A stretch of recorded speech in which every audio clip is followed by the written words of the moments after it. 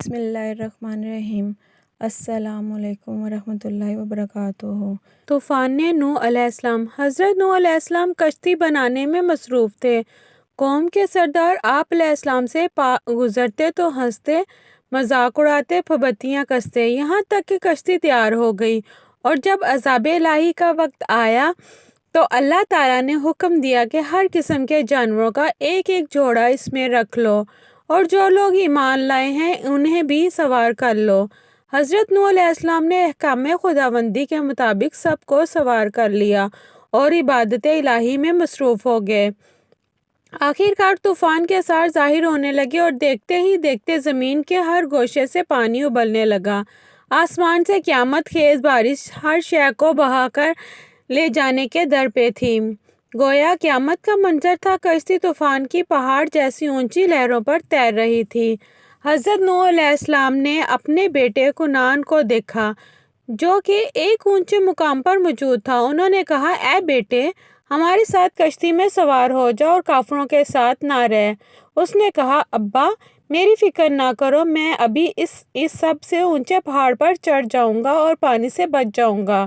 نوح علیہ السلام نے کہا، آج قہر الہی سے کوئی نہیں بچ سکتا۔ اسی اثنا میں ان دونوں کے درمیان ایک پانی کی بڑی لہر حائل ہو گئی اور وہ غرق ہو گیا۔ حضرت نوح علیہ السلام نے اپنے رب سے اپنے بیٹے کی مغفرت اور نجات کے لیے عرض کی، اے پروردگار، تو نے میرے گھر والوں کی بخشش کا وعدہ فرمایا ہے، تو یہ بیٹا بھی میرے گھر والوں میں ہے۔ اللہ تعالیٰ نے فرمایا، اے نوح علیہ السلام، وہ تیرے اہل میں سے نہیں ہے کیونکہ اس کے اعمال اچھے نہیں ہیں۔ سورہ ہود۔ طوفان نوح علیہ السلام میں پانی کی لہریں اس قدر بلند تھیں کہ انہوں نے روئے زمین کے تمام پہاڑوں کو بھی چھپا لیا تھا۔ زمین پر کوئی بھی چیز زندہ سلامت نہ تھی، سب کچھ نیست و نابود ہو چکا تھا۔ صرف حضرت نوح علیہ السلام کی پہاڑ نما کشتی تھی جو اللہ کی مدد سے پانی کی بلند و بالا بپھری خوفناک موجوں میں تیرتی پھر رہی تھی۔ حضرت ابن عباس رضی اللہ تعالیٰ عنہ سے روایت ہے کہ کشتی میں 80 اشخاص تھے اور ہر ایک کے ساتھ ان کا کنبہ بھی تھا، اور یہ لوگ کشتی میں تقریباً 150 دن رہے، اور اللہ تعالیٰ نے کشتی کا رخ مکہ مکرمہ کی طرف پھیر دیا تھا۔ کشتی 40 دن بیت اللہ کے گرد چکر لگاتی رہی، اس کے بعد اس کا رخ جبل جودی کی طرف پھیر دیا گیا جہاں وہ ٹھہر گئی۔ پھر حضرت نوح علیہ السلام نے اہل زمین کی خبر لینے کے لیے ایک کوے کو بھیجا۔ کوے نے زمین پر مردار دیکھے تو ان پر جھپٹ پڑا اور تاخیر کی، جس کی وجہ سے کبوتر کو بھیجا۔ کبوتر ایک زیتون کے پتے کو لے کر آیا اور اس کے پاؤں کیچڑ میں لتھڑے ہوئے تھے، جن کو دیکھ کر حضرت نوح علیہ السلام نے اندازہ لگایا کہ زمین خشک ہو چکی ہے۔ حضرت نوح علیہ السلام جودی پہاڑ سے زمین پر اتر آئے اور ایک بستی تعمیر کی جس کا نام سمانین رکھا، یعنی 80 آدمیوں کی بستی۔ اسی دوران ایک مرتبہ صبح کو اٹھے تو ہر آدمی کی زبان بدل چکی تھی، یعنی 80 زبانیں ہو چکی تھیں۔ لوگ ایک دوسرے کی زبان نہیں سمجھ پا رہے تھے، تو حضرت نوح علیہ السلام ہر ایک کی ترجمانی فرماتے تھے۔ حضرت قتادہ رحمۃ اللہ وغیرہ فرماتے ہیں کہ قوم نوح علیہ السلام کے یہ افراد محرم الاحرام کی 10ویں تاریخ کو کشتی سے باہر آئے۔ قصص الانبیاء ابن کثیر۔ قصہ نوح اور قرآن پاک۔ حضرت نوح علیہ السلام کا قصہ قصص القرآن کے نہایت ایمان افروز واقعات میں سے ایک ہے، جس کی تفصیل سورہ نوح کے علاوہ سورہ الاعراف آیت نمبر 59 to 64، سورہ یونس آیت نمبر 71 to 73، سورہ ہود آیت نمبر 25 to 49، سورہ مومنون آیت نمبر 23 to 31، سورہ الشعراء آیت نمبر 105 to 122، سورہ عنکبوت آیت نمبر 14 to 15، سورہ الصفات آیت نمبر 75 to 82، سورہ القمر 9 to 16 میں موجود ہے۔ نیز دیگر صورتوں میں بھی حضرت نوح علیہ السلام کا ذکر ہے۔ سورہ نوح 28 آیات پر مشتمل ہے۔ یہ اسلام کے ابتدائی دور میں نازل ہونے والی صورتوں میں شامل ہے۔ یہ اس دور میں نازل ہوئی کہ جب کفار مکہ کی مخالفت شدت اختیار کر چکی تھی، مسلمانوں پر ظلم و ستم کے پہاڑ توڑے جا رہے تھے۔ چنانچہ اللہ تعالیٰ نے اس سورہ مبارکہ کو نازل فرما کر ایک طرح سے کفار مکہ کو متنبع فرمایا کہ اگر وہ راہ راست پر نہ آئے تو ان کا انجام بھی وہی ہو سکتا ہے جو قوم نوح علیہ السلام کا ہوا۔ آدم ثانی۔ اللہ تعالیٰ نے قوم نوح علیہ السلام کو اس کی نافرمانیوں کے سبب طوفان باد و بارہ کے ذریعے غرق کر دیا تھا۔ کوئی جاندار شے باقی نہیں بچی۔ کشتی میں موجود افراد اور جانوروں کے سوا ہر چیز نیست و نابود ہو چکی تھی۔ پھر اللہ تعالیٰ کے حکم سے آسمان تھم گیا اور پانی خشک ہو گیا۔ پھر اللہ تعالیٰ نے حکم دیا کہ اے نوح علیہ السلام، ہماری طرف سے سلامتی اور برکتوں کے ساتھ جو تم پر اور تمہارے ساتھ کی جماعتوں پر نازل کی گئی ہیں، اتر آؤ۔ سورہ ہود آیت نمبر 48۔ چنانچہ حضرت نوح علیہ السلام نے ایک نئی بستی بسا کر دنیا کے کاروبار کو اثر نو جاری و ساری کیا۔ اسی لیے آپ علیہ السلام کو آدم ثانی بھی کہا جاتا ہے۔ اللہ تعالیٰ کا حکم ہوا کہ اے نوح، کشتی میں جتنی قسم کی تخم اور جڑیں ہیں وہ سب زمین پر بو دے۔ چنانچہ حضرت نوح علیہ السلام کو تمام تخم اور جڑیں مل گئیں، لیکن انگور کی جڑ نہ ملی۔ تب جناب باری میں عرض کی، جواب آیا کہ اسے ابلیس لعنتی نے چرا لیا ہے۔ پھر حضرت نوح علیہ السلام نے اس کو کہا کہ تو نے وہ جڑ چرائی ہے، مجھے لا کر دو۔ اس نے انکار کر دیا تو حضرت نوح علیہ السلام نے فرمایا، مجھے اللہ تعالیٰ نے خبر دی ہے کہ تو نے ہی اس کو چرایا ہے۔ تو یہ شرط بھی رکھی گئی کہ جب تم اس کو بو دو گے تو اس کی جڑ میں ایک بار پانی تم ڈالو گے اور 3 بار ہم پانی دیں گے۔ حضرت نوح علیہ السلام نے قبول کر لیا۔ چنانچہ حضرت نوح علیہ السلام نے انگور کی جڑ میں ایک دفعہ پانی دیا اور شیطان لعین نے 3 دفعہ لومڑی، شیر اور سور کو مار کر ان کا خون جڑ میں دیا۔ یہی وجہ ہے کہ انگور میں جو شیرینی ہے وہ حضرت نوح علیہ السلام کے پانی دینے کی وجہ سے ہے، اور اس سے جو شراب بنتی ہے وہ ابلیس لعین کے پانی دینے کی وجہ سے ہے۔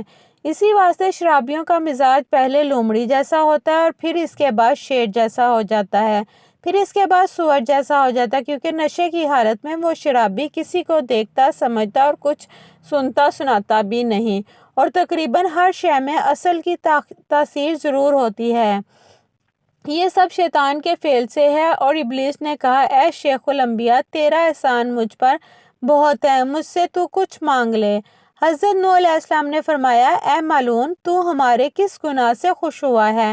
بولا، تو نے گناہ نہیں کیا، تو نے تو ہزاروں کافروں کو گناہ کی درگاہ میں دعا کر کے ہلاک کروا دیا، وہ سب دوزخ میں ہمیشہ میرے ساتھ رہیں گے۔ حضرت نوح علیہ السلام نے اس کی بات کو سن کر ترس کھا کر 100 برس تک روتے رہے۔ ایک روز حضرت نوح علیہ السلام نے پوچھا، اے ملعون، کون سا فعل ہے جس کے کرنے سے اولاد آدم دوزخ میں جائے گی؟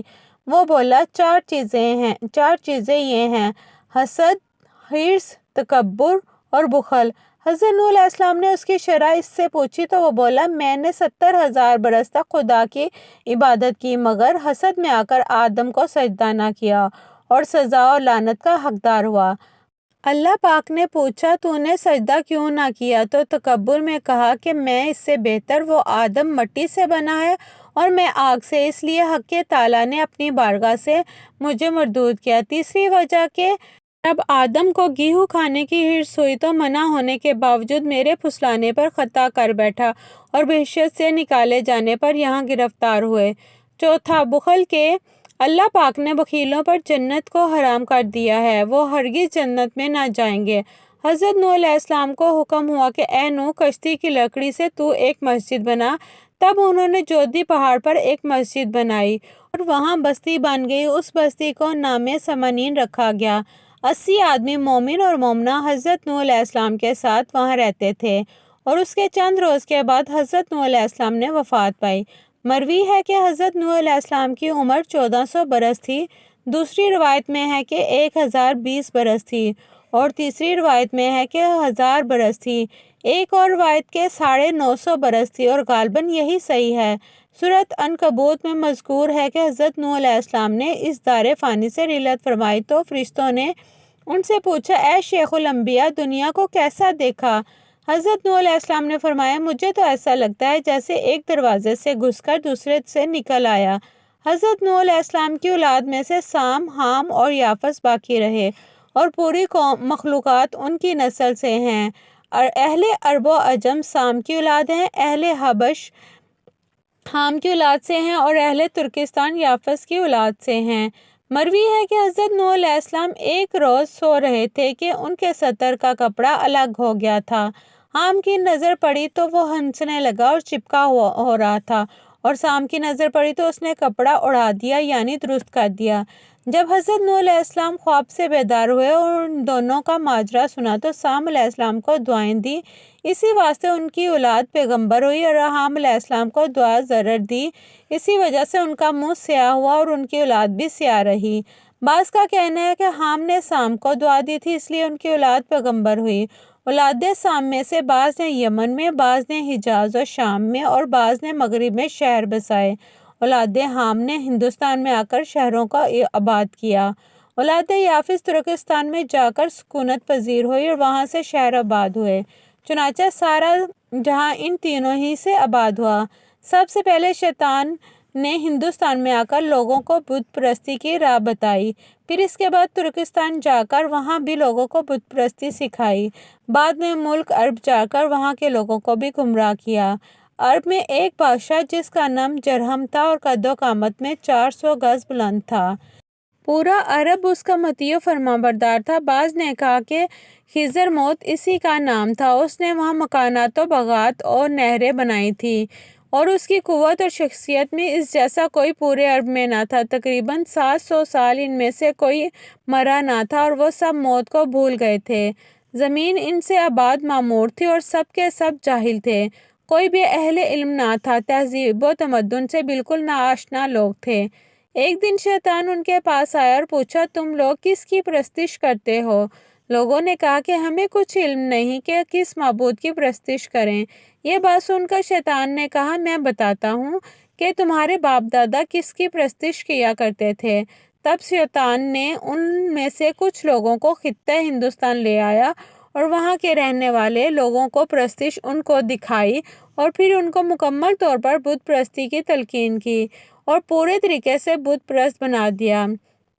وہ لوگ جو شیطان کے ساتھ ہندوستان آئے تھے وہاں سے ان 5 بتوں کو اٹھا کر اپنے گھروں میں لے گئے اور کہا، اللہ تعالیٰ نے ترجمہ، اور بولے، چھوڑیو اپنے ٹھاکروں کو، یعنی ود کو، اور نہ سوا کو، اور نہ یعقوس کو، اور نہ یعوق کو، اور نہ نصر کو۔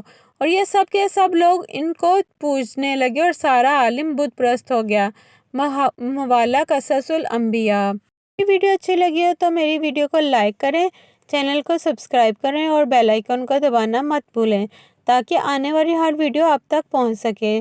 جزاک اللہ خیرہ۔ ملتے ہیں نیکسٹ ویڈیو میں، تب تک کے لیے اللہ حافظ۔